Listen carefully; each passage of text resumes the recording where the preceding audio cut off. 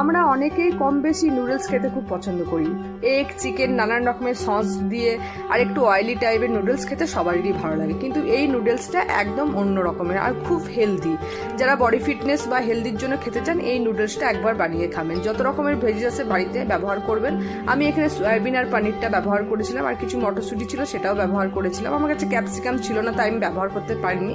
একটু পেঁয়াজ আর মটরশুঁটিটা দিয়ে ভালোভাবে নাড়াচাড়া করে নেওয়ার পর হালকা করে ভেজে রাখা পানির আর সয়াবিনটা দিয়ে দিয়েছি, তারপর নুডলস, তারপর একটু নুন, একটু ম্যাগি মশলা, একটু গোলমরিচের গুঁড়ো, একটু হোয়াইট পেপার আর অন্য কোনো মশলা থাকলে আপনারা দিতে পারেন।